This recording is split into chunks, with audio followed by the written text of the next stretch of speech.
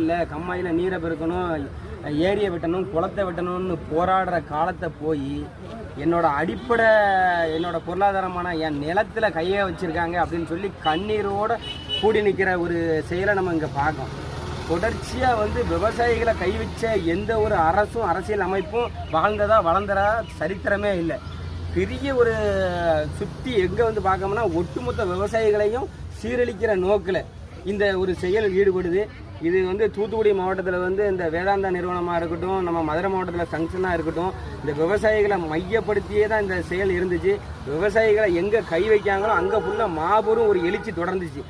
இன்றைக்கி கேள்விப்பட்டு இந்த தமிழக ஏர்வளம் விவசாய சங்கம் சார்பாக வேறு ஒரு வேலையாக வந்தவன் இன்றைக்கி நம்ம இந்த இடத்துல நம்ம கலந்துருக்கோம்.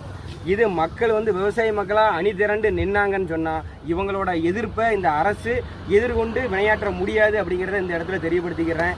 இவங்களோட வாழ்வாதாரமும் இவங்களோட வளத்தையும் பேணி பாதுகாக்க இந்த ஏர்வளம் விவசாய சங்கம் துணை நிற்கும்னு இந்த இடத்துல சொல்லிக்கிட்டு வாய்ப்பு கொடுத்ததுக்கு நன்றி சொல்லி கிடைக்கும்.